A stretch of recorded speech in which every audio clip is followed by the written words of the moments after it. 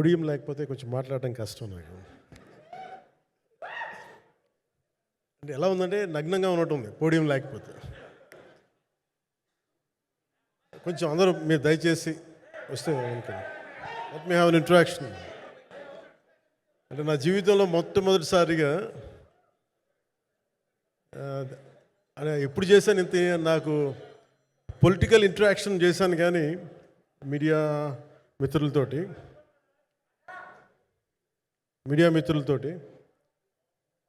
Cinema పరంగా నేను ఎప్పుడు ఆలోచించలేదు, ఎప్పుడు నాకు చేయలేదు. ఫస్ట్ టైం మొదటిసారి నేను ఎప్పుడు కొంచెం మొహాట పడతాను మాట్లాడడానికి సినిమాకి సంబంధించినంత వరకు. ఇక్కడ సినిమాని ఎలా ప్రమోట్ చేసుకోవాలో నాకు తెలియదు. పని చేయడం తెలుసు తప్ప దీన్ని అంటే మనం ఇంత చేసామని చెప్పడం ఎప్పుడు నాకు కొంచెం ఎబ్బెట్టుగాను ఇబ్బందిగా ఉంటుంది. ఇంకా నేను చాలా యాక్సిడెంటల్ యాక్టర్ అండ్ ఇంకా గత్యంతరం లేక టెక్నీషియన్ అయిన వాడిని. నాకు నచ్చే సన్నివేశాలు, నచ్చే సినిమాలు చేసుకోవడానికి ఆ పరిస్థితుల్లో ఇది నా మొదటి ఇంటరాక్షన్. ఇది నా పర్లేదు కూర్చోండి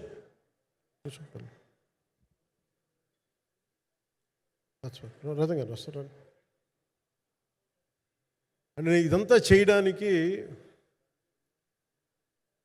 మీడియా మాట్లాడడానికి ఇదేదో నాకు పొగరు అహంకారం ఏం కాదు. సినిమా గురించి నాకు చెప్పుకోవడం ఎబ్బెట్టుకోవడం, ఏం మాట్లాడాలో తెలియక చెప్తే ఎక్కువైపోద్దా చెప్తే తక్కువ అయిపోద్దా అని. కానీ ఈ పర్టికులర్ ప్రెస్ మీట్ ఎందుకు పెట్టానంటే రత్నం గారి కోసం పెట్టాను. అంటే సినిమా బతకాలి అంటే ఈవినింగ్ ఆడియో ఫంక్షన్ పెట్టుకొని మళ్ళీ ప్రెస్ మీట్ దేనికంటే మళ్ళీ నాకు మీతో ఇంటరాక్ట్ అయ్యే అవసరం ఫంక్షన్ తర్వాత ఉండకపోవచ్చేమో అని చెప్పేసి అదొకటి మేజర్ ఒక ఇది కన్సర్న్ అదొకటి.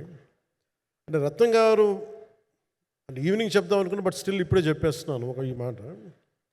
త్రివిక్రమ్ గారు రాసిన ఒక డైలాగు అజ్ఞాతవాసిలో, ఒక చిన్నపాటి సౌకర్యం కోసం, ఇక్కడ మీరు కూర్చున్న ఒక చిన్నపాటి కుర్చీ కోసం ఒక యుద్ధమే చేయాల్సి వస్తుంది. అలాంటిది ఒక సినిమాని చేయడం అంటే ఎన్నిసార్లు మినీ యుద్ధాలు చేయాలి, ఆర్థికంగా కావచ్చు, క్రియేటివ్గా కావచ్చు, వీటన్నిటికీ సంబంధించి. అలాంటిది నేను ఎప్పుడు కూడా సినిమాల్లోకి రాకముందు రత్నం గారు లాంటి వ్యక్తి నా ప్రొడ్యూసర్ అయితే బాగుండు అనుకున్నాను. భారతదేశానికి పాన్ ఇండియా సినిమాని, ముఖ్యంగా రీజనల్ సినిమాని జాతీయ స్థాయిలో తీసుకెళ్ళిన వ్యక్తి ఆయన. తమిళ సినిమాని చాలా ఛాలెంజింగ్ తెలుగులో డబ్ చేసి దాన్ని స్ట్రైట్ సినిమాలతో సమానంగా ఆడేంత సత్తా చూపించిన వ్యక్తి. Film industry creative ability, creative potentiality పెంచిన వ్యక్తి. ఈ సినిమా చాలా ఒడిదుడుకులు ఎదుర్కొంది, 2 కరోనా పరిస్థితులు ఎదుర్కొంది. అన్నిటికీ మధ్యలో సినిమా మన క్రియేటివ్గా కొంత ఇబ్బంది ఎదుర్కొంది. అల్టిమేట్ ఆబ్జెక్టివ్ సినిమా బాగా రావాలని, నేను ఎప్పుడు ఏం చేసినా సినిమా బాగా రావాలనుకుంటాను. ఈ సినిమాకి ప్రత్యేకించి ఆయన తపన చూసి నేను ముఖ్యంగా పొలిటికల్ ప్రాసెస్కి వెళ్ళిపోయిన తర్వాత, పాలిటిక్స్కి వెళ్ళిపోయిన తర్వాత, డైరెక్షన్ అని వీటికి దూరమై క్రియేటివ్ పార్టీకి దూరం అయిపోయిన తర్వాత, పాలిటిక్స్ నా ప్రైమరీ ఫోకస్ అయిపోయిన తర్వాత, మళ్ళీ దృష్టి పెట్టి సినిమా కావాలి మీరు చెయ్యాలని చెప్పి నా దగ్గరికి వచ్చి కోరుకున్నప్పుడు నేను ఎంత బెస్ట్ ఇవ్వగలను ఆ సినిమాకి అంత ఇచ్చాను. నేను అంటే నా బెస్ట్ ఇచ్చాను. అంటే నేను అంటే అన్నిటికంటే కూడా నేను ఇవ్వలేనిది టైం ఇవ్వలేను నేను. కానీ అలాంటి పరిస్థితుల్లో ఒక క్లైమాక్స్కి దాదాపు 57 రోజులు షూట్ చేయాల్సి వచ్చింది. మండు టెండ బాగా, ఇట్స్ కైండ్ ఆఫ్ ఒక మిడ్ మే అంటే చాలా పిచ్చి ఎండ అన్నమాట. అలాంటి ఎండల్లో చాలా కాలం తర్వాత నాకు మార్షల్ ఆర్ట్స్, నేను ఎప్పుడో నేర్చుకున్న మార్షల్ ఆర్ట్స్, ఒక ఎస్క్రీమా కానీ, ఊషు కానీ, నేను నేర్చుకున్న సెల్ఫ్ డిఫెన్స్ టెక్నిక్స్ కానీ, యుఎస్లో నేను ఒక వర్క్షాప్ చేసిన జీత్ కండు ఇవి కానీ ఇవన్నీ ఈ సినిమాకి నాకు పనికి వచ్చినాయి. నాకు ఇవన్నీ వీళ్ళతో డిఫరెంట్ కొరియోగ్రాఫర్స్తో కూర్చొని ప్రత్యేకించి క్లైమాక్స్ పార్ట్ ఇది అందరికీ ఇన్స్పైర్ చేసింది. అంటే మన స్థూలంగా చెప్పాలి అంటే, ఒక క్లుప్తంగా చెప్పాలి అంటే, ఈ సినిమాకి ఇదే ఆయువు పట్టింది. ఈ ఫస్ట్ పార్ట్కి ఎక్కడో కొల్లూరు నుంచి మన కృష్ణానది తీరం కొల్లూరు, విజయవాడ సమీపంలో ఉన్న కొల్లూరు ప్రాంతం నుంచి దొరికిన ఒక కోహినూరు వజ్రం నుంచి అది ఎటు మన గోల్కొండ రాజుల దాకా వచ్చింది, మన హైదరాబాద్ సుల్తాన్ల దాకా ఎలా వచ్చింది, దీని ట్రావెల్ ఇటు వెళ్ళింది. ఇవన్నీ జరిగినప్పుడు దీని నేపథ్యంలో జరిగే కథ ఇది. ముఖ్యంగా ఈ ఫౌండేషనల్ వర్క్ చేసిన వ్యక్తి క్రిష్ జాగర్లమూడి గారు చాలా హై కాన్సెప్ట్తో పట్టుకొచ్చారు దీన్ని. ఆయనను రత్నం గారు నా దగ్గరికి వచ్చినప్పుడు చాలా బాగా నచ్చి వెంటనే చేశాను. చేసిన తర్వాత ఒక్కొక్కటి కరోనా నిజంగా ఇంపాక్ట్ వచ్చింది. అంటే ఎలా ఉండదంటే, ఎంత హార్డ్గా ఉండదంటే ఇండస్ట్రీ, అది ఎవరిని తప్పు పట్టలేము. ఒకప్పుడు ఆయన వెంట చుట్టిన నిర్మాతలు, ఆయన వెంట తిరిగిన డిస్ట్రిబ్యూటర్స్, హీరోస్ అందరికి అలాంటి వాళ్ళకి ఒక నిర్మాతగా ఆయన తపన పడుతుంటే నాకు అంటే ఆయన కోసం ఖుషి తీస్తున్నప్పుడు కానీ ఆయనతోటి ఎంత సౌకర్యం ఇచ్చారంటే, అసలు మాకు 1 month ముందు ప్రీ ప్రొడక్షన్ అయిపోయి నాకు అంత సౌకర్యాన్ని ఇచ్చారు. నేను కంపోజ్ చేసిన యాక్షన్ సీక్వెన్సెస్ కానీ ఫైట్స్ కానీ ఖుషీకి నాకు ఆల్రెడీ ఒక 1 month 1.5 month థియేటర్ నాకు ఇచ్చేసి, మన సురేష్ ఎఫెక్ట్స్ థియేటర్ మొత్తం ఇచ్చి నాకు అంత లగ్జరీ ఇచ్చిన వ్యక్తి ఆయన నలిగిపోతుంటే నాకు నిజంగా చాలా బాధేస్తుంది. ఒకసారి it is not about money, it's not about success, it's about standing by whom you trust, who stood for the people and who stood for the industry. నాకు ఎందుకు ఇది మీతో పంచుకోవాలనిపించింది. సినిమా ఎంత విజయం ఇది నాకు నిజంగా తెలియదు, ఎందుకంటే నేను ఇట్లా అనుకోవచ్చు ఇంకోలా కానీ ఒక్కటి మటుకు చాలా సిన్సియర్గా చెప్పగలను. Krish came out with very good concept, చాలా హై కాన్సెప్ట్ పట్టుకొచ్చారు. కొంత వ్యక్తిగత కారణాలు, కొన్ని ప్రొఫెషనల్ కారణాలు ఆయన ప్రాజెక్టుకి బయటికి వెళ్ళినా కానీ దీన్ని ఫౌండేషనల్ వర్క్ చేసిన క్రిష్ గారికి మనస్ఫూర్తిగా నా హృదయపూర్వక ధన్యవాదాలు తెలియజేస్తాను మా అందరి తరఫున. అలాగే తర్వాత స్టెప్ ఇన్ అయ్యింది మన జ్యోతికృష్ణ గారు. నేను ఖుషి సినిమా చేస్తున్నప్పుడు అప్పుడే లండన్ ఈ ఫిల్మ్ మేకింగ్ కోర్స్ చేసి మన డైరెక్షన్లో ఇన్స్టిట్యూట్ అంతేనా డైరెక్షన్ కదా, ఫిల్మ్ మేకింగ్ కోర్స్ చేసి అప్పుడే గ్రాడ్యుయేట్ అయ్యి వచ్చి అప్పటి నుంచి ఉన్నప్పుడు బట్ యాక్చువల్ తనతో మాట్లాడుతుంటే మోస్ట్ సెన్సిబుల్ డైరెక్టర్ అనిపించారు. ఈ ఒక టైంలో ఏమనిపించిందంటే, బయట ఉన్న మాటలు కానీ అసలు సినిమా వస్తుందా లేదా బయటికి అని ఉండేది. కానీ మాకు ఎప్పటికప్పుడు నీరసం పడిపోయినప్పుడల్లా నాకు నీరసం వచ్చేసేది. సినిమా అవ్వదా అనుకున్నప్పుడల్లా దీనికి ప్రాణవాయువునిచ్చిన వ్యక్తి కీరవాణి గారు. ప్రతిసారి నేను వర్క్ చేసి నేను ఎందుకంటే సినిమా చివరి దాకా నేను నమ్మను. ఎప్పుడు నేను ఒక సినిమాని నేనేం నమ్ముతాను, చిన్నప్పటి నుంచి వెరీ ఫార్మేటివ్ ఇయర్స్లో నుంచి కూడా ఒక మంచి సినిమా గురించి నువ్వు మాట్లాడక్కర్లా, రిలీజ్ అయితే బాగలేకపోతే ఎలాగ మాట్లాడక్కర్లా. అందుకే నేను ఎప్పుడు సినిమా క్వాలిటీ మీద దృష్టి పెడతాను తప్ప ఇంక మిగతా వాటి మీద మాట్లాడను. అందుకే నాకు ఎప్పుడు ఈ మాట్లాడటం అనే దాని మీద ఎప్పుడు దృష్టి పెట్టలేం. కానీ ఫస్ట్ టైం ఈ సినిమాకి చాలా అవసరం అనిపించింది. ఎందుకంటే ఒక నిర్మాతలు కనుమరుగవుతున్న ఈ సమయంలో ఒక బలమైన సినిమా తీసి ఒడిదుడుకుల్ని తట్టుకోగలిగి ఒక నిర్మాత కనుమరుగవ్వకూడదు. ఆయన పక్కన ఏది ఉండాలని అండగా ఉండాలని చెప్పేసి నేను అన్నీ వదిలి, ఇంత బిజీ షెడ్యూల్స్ అన్నీ వదిలేసి, ఒకవైపు నన్ను నా ప్రత్యర్థులు తిడుతున్నా కానీ, సినిమాలకు వెళ్ళిపోయిన తిడుతున్నా కానీ, ఇదేంటంటే నాకు అన్నం పెట్టింది ఇది నాకు నా సినిమా పరిశ్రమ. అంటే ఇక్కడున్న మిత్రులందరూ కూడా చాలామందికి నేను ఇండివిజువల్ ఇంటర్వ్యూస్ ఇచ్చాను. నేను చాలాసార్లు నాగేంద్ర కానీ మీరు కానీ చాలామందికి, వీళ్ళందరికీ చాలామందికి నేను వ్యక్తిగతంగా తెలుసు. కాకపోతే నాకు సినిమా అంటే నేను సినిమా గురించి ఎక్కువ చెప్పలేక ఎక్కువ మాట్లాడలేను. కానీ బట్ నాకు నిజంగా సినిమా మీద అపారమైన గౌరవం, సినిమా మీద అపారమైన ఆసక్తి, నాకు ప్రాణవాయువు అది. Story telling is a necessity for all each and every individual.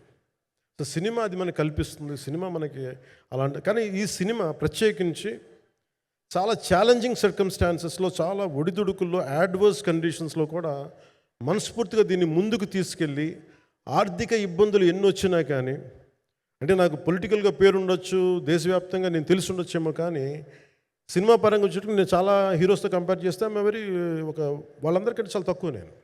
So దానికి ఉండే ఇబ్బందులు దానికి ఉంటాయి. మిగతా వాళ్ళకి బిజినెస్ అయినందుకు నాకు బిజినెస్ అవ్వదు, వాళ్ళకు వచ్చినందుకు నాకు రాకపోవచ్చు. ఎందుకంటే నా దృష్టి, నా కాంపిటేటివ్నెస్ ఎప్పుడు నేను సినిమాల మీద పెట్టలేదు. నేను ఇప్పుడు సొసైటీ పొలిటికల్ ప్రాసెస్ పెట్టాను, కానీ ఎప్పుడు సినిమా మీద నేను ఎంత ఉండాలనేది నేను ఎప్పుడు పెట్టలేదు. నేను ఎప్పుడు చాలాసార్లు మన నాగేంద్ర కానీ మిగతా మన సూపర్ హిట్ మన కీర్తిశేషులు బిఆర్ రాజు గారు చనిపోయారు, ఇంటర్వ్యూస్లో కూడా ఉంటుంది. ఈ చిత్ర పరిశ్రమ చాలామంది హీరోస్ ఉంటారు, వాళ్ళలో నేను వన్ ఆఫ్ ది హీరో అంతే. నాది ఒక సంవత్సరంలో ఒక ఫ్రైడే, ఒక థర్స్డే రిలీజ్ అవుతుంది అంతే, అంతకుమించి తప్ప ఇది అందరి పరిశ్రమ, అందరూ రావాలి అలాంటిది నేను కోరుకునేవాడిని నేను. సో దాంట్లో భాగంగా రత్నం గారు లాంటి నిర్మాత బతికుండాలి, రత్నం గారి నిర్మాతకి ఇబ్బందులు కలగకూడదని చెప్పి లాస్ట్ మినిట్లో ఇంక చూసిన తర్వాత I stepped in to it. నేను భుజాల మీదకి తీసుకున్నాను ఇది. క్లైమాక్స్ని ఎలా భుజాల మీదకి అంటే, ఎందుకంటే ముఖ్యంగా ఇక్కడ ఇది ఇంకొక బలమైన స్టార్ కాస్టింగ్ చాలా బాగా చేశారు ఆయన. ముఖ్యంగా బాబీ డియోల్ గారిని అంటే ఈరోజు చూస్తుంటే నాకు అదే అనిపించింది. ఈరోజు మన ప్రెస్ మీట్ కూడా నేను వచ్చాను. అందరూ ఎంత బిజీగా ఉన్నారని కొన్ని రాత్రుల నుంచి నిద్రలేదు. మన మనోజ్ పరమహంస గారికి కానీ, రత్నం గారికి కానీ, జ్యోతి గారికి కానీ. పాపం ఈ సినిమా ప్రమోషన్ సింగిల్ హ్యాండెడ్గా పాపం నిధి అగర్వాల్ భుజాల మీద వేసుకొని నాకే బాధ అనిపించింది. పాపం ఒక అమ్మాయి తన కెరీర్ తను చూసుకోవాల్సిన అమ్మాయి కూర్చోబెట్టి నాకే సిగ్గు అనిపించింది. I have to truly appreciate you. అంటే చాలా పాపం అన్నీ వెళ్తూ ఉంటే నాకు ఇదేంటి సినిమాని అనాథలా వదిలేశారండి అనిపించింది. సో నాకేమనిపించింది, ఈ సినిమాకి ఎవరు అనాథలా వదలలేదు, నేను ఉన్నానని చెప్పడానికి వచ్చాను ఈ రోజున. ఎందుకంటే నేను కోట్లాది మంది ప్రజలకి అండగా ఉండేవాడిని, దేశంలో ఉండే సమస్యలకి స్పందించేవాడిని. అలాంటిది తెలుగు సినిమాకి, నా సినిమాలకి మీకు తెలుసు గతంలో ఎన్నిసార్లు ఇబ్బందులు పెట్టారు. అదే మన ప్రభుత్వం అక్కడికి రాగానే వెంటనే సాధారణంగా హృదయ కవాటాలు తెరిచి మరి ఆహ్వానించాం. ఏ కృతజ్ఞత కూడా ఆశించలేదు. అంత చిత్ర పరిశ్రమను అంత గుండెల్లోకి తీసుకుంటాం. అలాగే దీనికి సంబంధించి అలాంటిది నా సినిమాని నేను ఎందుకు వదిలేస్తాను? ఎందుకంటే ఇది ఇంకో సినిమా కాదు. ఒక మేకప్ మ్యాన్గా ప్రారంభమయ్యి ఇంకో ప్రొడ్యూసరు, డబ్బులున్న ప్రొడ్యూసరు, పెద్ద జీవితాల నుంచి వచ్చిన ప్రొడ్యూసరే కాదు, చాలా చిన్న స్థాయి నుంచి, ఒక మేకప్ మ్యాన్ స్థాయి నుంచి బాయ్గా స్టార్ట్, అంటే చిన్నపాటి అసిస్టెంట్గా స్టార్ట్ అయ్యి చాలామంది మన సీనియర్ దర్శకులందరి దగ్గర పనిచేసి అంచెలంచెలుగా ఎదిగి నిర్మాత అయ్యి, దర్శకుడయ్యి, స్క్రీన్ ప్లే రైటర్ అయ్యి, మీరు ఏమన్నానంటే ఆయన మౌనంగా ఉంటారు. ఎవరు ఎన్ని ఇబ్బందులు పెట్టినా మౌనంగా ఉంటారు. ఆయన మౌనం ఒకసారి నాకు విపరీత అసహనానికి గురి చేసేస్తుంది. మీరు ఏదైనా మాట్లాడాలంటే ఎవరు ఇబ్బందులు పెట్టి ఏం ఎదురు తిరగరు ఏంటంటే ఇలా అంటారు, ఏం చేయాలి. ఇంకా ఇలాంటి వ్యక్తికి ఆయన మౌనం నన్ను ఇలా రోడ్ల మీదకి వచ్చి ఇలా మీ దగ్గరికి ముందు నుంచోబెట్టింది. అంటే ఆయన ఏంటంటే చెప్తారు, ఆయన మౌనం అంటే రమణ మహర్షి నుంచి బాగా నేర్చుకున్నట్టున్నారు. మౌనం అన్నిటికీ సమాధానం. సో నాకు మనస్ఫూర్తిగా ఈ స్టార్ కాస్టింగ్ ఒకటి, అంటే నాకు చిత్ర పరిశ్రమ మీద ఎందుకు ఇంత గౌరవం అంటే, మనందరం కులాల మీద, మతాల మీద, ప్రాంతాల మీద, భాషల మీద కొట్టుకుంటూ ఉంటాం. But any film industry take in this world, especially Indian film industry, దీనికి there is no caste discrimination, there is no region discrimination, there is no religion discrimination, nothing. It's purely your creative potentiality, purely your creative ability. నువ్వు చిరంజీవి గారి తమ్ముడు కావచ్చు, చిరంజీవి గారి కొడుకు కావచ్చు, లేదంటే ఇంకొకళ్ళు అబ్బాయి కావచ్చు, మేనల్లుడు కావచ్చు, ఇట్ డజంట్ మ్యాటర్. నీకు టాలెంట్ లేకపోతే నువ్వు నిలబడలేవు, నీకు సత్తా లేకపోతే నువ్వు ఇక్కడ ఉండలేవు. అది నా కొడుకైనా సరే. ఇట్ ఆల్ డిపెండ్స్ నీకు ఎంత టెనాసిటీ ఉంది, ఎంత పర్సీవరెన్స్ ఉంది, ఎంత నిలబెట్టుకోగలవు, ఎంత నిలదొక్కుకోగలవు, ప్రతికూలతలు ఎంత బలంగా నిలబడగలవు. ఒక నిర్మాత సినిమా తీయడం అంటే ఒక యజ్ఞం చేయడం లాంటిది. తిట్లు తినాలి, ఇబ్బందులు పడాలి, అన్నీ పడిన తర్వాత ఫైనల్ డబ్బులు మిగిలితే కూడా తెలియదు. ఇలాంటి పరిస్థితుల్లో నాకేమనిపించిందంటే ఈయన పడ్డ కష్టం చెప్పాలనిపించింది ఈ రోజున. ఈ ప్రెస్ మీట్ తాలూకు ముఖ్య అంశం, ఒక చిన్న స్థాయి నుంచి వచ్చిన వ్యక్తి నిర్మాతగా ఎదిగి ఆయనకున్న పాపం ఆయన మంచితనం ఆయన్ని శాపంగా అవ్వకూడదని చెప్పి ఒక ఉద్దేశంతో ఆయన మంచితనం చెప్పాలి, ఆయన ఒక మంచి సినిమా చేశారని చెప్పడానికి నేను ఈ రోజున మీ ముందుకు వచ్చాను. ఎందుకంటే నేనేం నమ్ముతానంటే సినిమా బాగుంటే ఎలాగో చూస్తారు, దీని గురించి చెప్పక్కర్లేదు. సినిమా బాగాలేకపోతే ఎలాగో చూడరు. మీరు ఎంత పబ్లిసిటీలు చేయండి ఇవన్నీ అనుకోండి, అందుకే నేను పెద్ద ఎక్కువ మాట్లాడడానికి ప్రయత్నం చేయను. కానీ ఈ పర్టికులర్ రోజు మటుకు, ప్రత్యేక ఈ రోజు మటుకు ఆయన పడ్డ కష్టం ఈ సినిమాకి, అలాగే ఒక్కొక్క కాస్టింగ్ ఆయన చేసింది, దీనికి నేను క్రిష్ గారిని కూడా చాలా మనస్ఫూర్తిగా అభినందిస్తున్నాను. ఎందుకంటే ఆయన కూర్చున్నప్పుడు ఎంతమందిని పెట్టాం, ఒక ఔరంగజేబ్గా మిగతా నటులు ఒకళ్ళిద్దరు యాక్టర్స్ని పెట్టి కూడా ఒకళ్ళ చేత యాక్ట్ చేయించాం ఒకళ్ళ చేత. కానీ Bobby Deol so apt for Aurangzeb, ఎంత కన్విక్షన్తో చేశాను. అప్పటికి ఆయనకి ఇంకా ఆయన చేసిన హిందీ సినిమాలు కూడా రాలేదు ఇంకా ఆయనకి. ఎంత కన్విక్షన్తో చేశారంటే నాకు నిజంగా ఆయనతో యాక్ట్ చేయడం చాలా ఆనందాన్ని ఇచ్చింది. సో అలాంటి బాబీ డియోల్ గారిని మొత్తం pan India, Manoj Paramahamsa was roped in last. ఇంకా సినిమా ఎట్లా మనం అయిపోవాలి, నేను పాలిటిక్స్కి వెళ్ళిపోయిన తర్వాత, డిప్యూటీ సీఎం బాధ్యతలు తీసుకున్న తర్వాత అందరికీ అయిపోయింది, ఇంకా సినిమాలు చేయలేడు ఇతను, ఎలా చేస్తాడంటే నాకు తెలుసు కష్టం అని. నేను ఎలా చేశాను ఈ సినిమా అంటే, పొద్దున్న 2 గంటలు చేసామండి. బ్రేక్ఫాస్ట్ టైము, లేదంటే నా ఎక్సర్సైజ్ టైంని కొంచెం మిడ్-నైట్గో లేదంటే ఎర్లీ మార్నింగ్ 4 గంటలు పెట్టుకొని, ఆ 2 గంటలు ఏమి దొరుకుద్దో ఆ 2 గంటలు ఇస్తే జ్యోతి, మనోజ్ గారు, మన రత్నం గారు వీళ్ళు కూర్చొని ప్లాన్ చేసి, అది కూడా నా ఆఫీస్కి, నా పార్టీ ఆఫీస్కి కూతవేటు దూరంలో ఉన్న ఒక మా స్నేహితులు ఒక వాళ్ళ గోడౌన్ ఉంటే అక్కడ కూర్చొని షూట్ చేసాం. ఎంత మండుటెండంటే అసలు దాంట్లో కూర్చొని మ్యాట్ వర్క్ చేసి మీరు ఫైనల్ రిజల్ట్స్ చూస్తే ఇది ఇక్కడ చేశారంటే అంత ఆశ్చర్యం అనిపిస్తుంది. And hats off to Manoj Paramahamsa గారు. అండ్ ఈ సీన్స్ అన్నిటికీ ప్రీ విజువలైజేషన్, ప్రతి సీన్ చేయబోయే ముందు అసలు నాకు ఏమనిపించిందంటే, సినిమా చేయగలమా లేదా అనే పరిస్థితుల్లో జ్యోతికృష్ణ గారు ముందుకు వచ్చి నాతో మాటలు నేను చెప్పలేదని, ఇది ఇలా చేస్తాం అలా చేస్తాం ఏం చెప్పలా, ఏమి చేయబోతున్నాడో ఎవ్రీథింగ్ వాజ్ ప్రీ విజువలైజ్డ్. ఈ సీన్ ఇలా ఉండబోతుంది, ఈ చేయబోయే సీన్ ఇలా ఉన్నది. నాకు దాని మీద ఆత్మవిశ్వాసం కలిగింది. నాకు లేదు, ఒక సత్తా ఉన్న దర్శకుడు, తెలుగు చిత్ర పరిశ్రమకి సైజ్ తీయగలిగేవాడు, మంచి సాలిడ్ ఎడిటింగ్ సెన్స్ ఉన్నవాడు, మ్యూజికల్ సెన్స్ ఉన్నవాడు. అలాంటి వ్యక్తికి మనోజ్ పరమహంస గారు తోడారు. వీళ్ళిద్దరు కాంబినేషన్లో రత్నం గారి అనుభవంతో ఈ రోజున ఒక మంచి ప్రోడక్ట్ అయితే తీసుకొచ్చాం. ఇది ఎలా ఉంటుంది, ఎలా ఉండబోతుంది, ఎంత హిట్ అవుతుంది అనేది ఇది సంపూర్ణంగా ప్రజల చేతిలోనే ఉంటుంది. అది ఏ స్థాయిలో ఇది ఉంటుంది అనేది అది ప్రజలు చెప్పాల్సింది తప్ప అది నేను చెప్పుకునేది కాదు. బట్ నా వరకు నేను ప్రత్యేకించి నేను వ్యక్తిగతంగా చేసింది ఈ సినిమాకి, అపార్ట్ ఫ్రమ్ యాక్టింగ్ కాంట్రిబ్యూషన్, నేను ఏ సినిమా చేసినా ప్రతి సన్నివేశంలోనూ ప్రతి సాంగ్ అండ్ డాన్స్లో కూడా కొన్నిసార్లు నేను చేయలేక, నేను ఒక రిలక్టెంట్ యాక్టర్లో ఎలాగో టెక్నీషియన్గా కూడా నాకేంటంటే, సుస్వాగతం సినిమాలో నన్ను తీసుకెళ్ళి వైజాగ్లో బస్సు మీద ఎక్కించి డ్యాన్స్ చేయమన్నారు. చచ్చిపోయాను డ్యాన్స్ చేయలేక. ఇంకా మిగతా వాళ్ళకి ఎంత తేలికైన డ్యాన్స్ నాకు చేయాలంటే నేను గింజుకుపోయి నేను అనుకున్నాను ఈరోజు ఇంక సినిమాలు మానేస్తాను చెప్పి మౌదినికి ఫోన్ చేసి కూడా చెప్పాను, చాలా పర్యాలు చెప్పాను. అలాంటి అందుకని నాకేంటంటే సాంగ్ అండ్ డ్యాన్స్ కూడా నేను ఎలా చేయగలను దానికి అనుకోగా నేను ఎత్తుక్కుంటాను.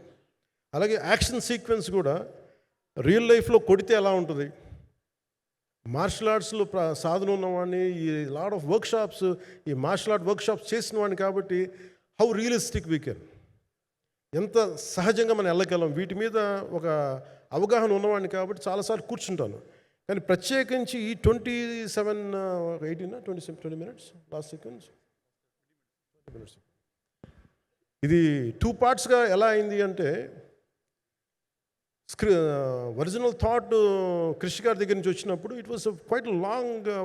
ఈ సినిమా ఒక పాటలో అవుద్దని అనేవాడు మొదటి నుంచి. బట్ లేటర్ వాళ్ళు డిసైడ్ చేసుకొని ఒక టైంలో ఇది అవ్వదు, we want make it as 2 parts అనుకున్నప్పుడు ఎక్కడికి వచ్చి ఆగిందంటే ఈ ఈ క్లైమాక్స్ దగ్గరికి వచ్చి ఆగింది ఫస్ట్ పార్ట్. సో చెప్తున్నప్పుడు నాకేమనిపించిందంటే how else we can take it, how else we can scale it up. So దానికి నేను కూర్చొని నాకున్న ఈ మార్షల్ ఆర్ట్స్ కానీ బేసిక్ యాక్షన్ కొరియోగ్రఫీ నా ప్యాషన్ కాబట్టి ఈ పర్టికులర్ డ్రామా, ఈ పర్టికులర్ దాంట్లో ఏంటంటే మొఘల్ టైమ్స్లో ప్రతి ఒక సగటు భారతీయుడు అనుభవించిన బాధ అది. ఒక యావరేజ్ సగటు భారతీయుడు మొఘల్ కాలంలో అనుభవించిన ఒక ఒక ఒక సిచ్యువేషన్. ఆ సిచ్యువేషన్ హీరోకి సంబంధం ఉండదు, కానీ how he gets entangled, how he gets involved in it, that is the outcome, that has been captured. So దీన్ని ఒక 57 days మేము చేయగలిగామంటే, ఆ రోజు నాకు కనుక మన జ్యోతి గారు ఉండుంటే పక్కన, maybe out done it in at least ఒక 50% ఆఫ్ ఇట్. ఎందుకంటే నేను చెప్పింది అలా చేయగలరు ఇవన్నీ కూర్చోబెట్టి వీ డిడ్ అవర్ బెస్ట్. అంటే నేనేమనుకున్నానంటే క్లైమాక్స్ చేసేటప్పుడు ఇంక నేను తర్వాత సినిమాలు చేస్తాను కూడా లేదో నాకు తెలియదు, కానీ నాకు ఇష్టమైన నిర్మాత, తెలుగు చిత్ర పరిశ్రమకి నిజంగా ఒక అండగా ఉన్న నిర్మాత, I want give my best to him. నేను అందుకని ఆంధ్రప్రదేశ్ ప్రభుత్వానికి కూడా మన ముఖ్యమంత్రి గారికి కూడా తెలియజేశాను, ఈయన్ని ఫిల్మ్ డెవలప్మెంట్ కార్పొరేషన్కి చైర్మన్ నేను ప్రతిపాదించాను.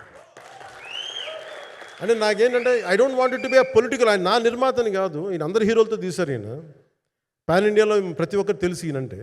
ఇలాంటి వ్యక్తి ఉంటే మన తెలుగు చిత్ర పరిశ్రమకి బాగుంటుంది. అలాగే ప్రత్యేకించి తెలుగు చిత్ర పరిశ్రమ అనేది నాకు ఈ టాలీవుడ్ అనే పదాలు నాకు వాడటం నాకు ఇష్టం ఉండదు. Bollywood, Tollywood, Kollywood, Mollywood, why should we ape Hollywood? We have a greater story narrative ability మన దగ్గర ఉంది. We have a greater story telling ability. We don't have to ape Hollywood. We take the best practices of Hollywood, but not necessarily the name of Hollywood. వాళ్ళకున్న professionalism మనం నేర్చుకోవాలి, వాళ్ళకున్న commitment నేర్చుకోవాలి, వాళ్ళకున్న production designing ability మనం తీసుకురాగలగాలి. So ఇవన్నీ నేను నా పరిధిలో ఈ రోజున ఆంధ్రప్రదేశ్ ప్రభుత్వంలో ప్రత్యేకించి ఈ శాఖ నా పరిధిలో ఉంది కాబట్టి దానికి ఆయన పేరు ప్రతిపాదించాను. నా ఉద్దేశం ఏంటంటే తెలుగు చిత్ర పరిశ్రమ తెలంగాణలో ఉన్న, కర్ణాటకలో ఉన్న, చెన్నైలో ఉన్న ఏదైనా సరే తెలుగు చిత్ర పరిశ్రమ, భారతీయ చిత్ర పరిశ్రమకి చాలా మంచి జరగాలి, ఇలాంటి వ్యక్తి ద్వారా ఏదైనా చేద్దామని ఒక ఉద్దేశంతో ఆయన పేరు ప్రతిపాదించాను. భవిష్యత్తులో ఆయన అవుతారని మనస్ఫూర్తిగా నేను ఆశిస్తున్నాను. అందుకని అన్నీ నా చేతిలో ఉండవు కదా, అందుకని చెప్తాను. ఇఫ్ అండ్ బట్ చెప్పాలి కదా.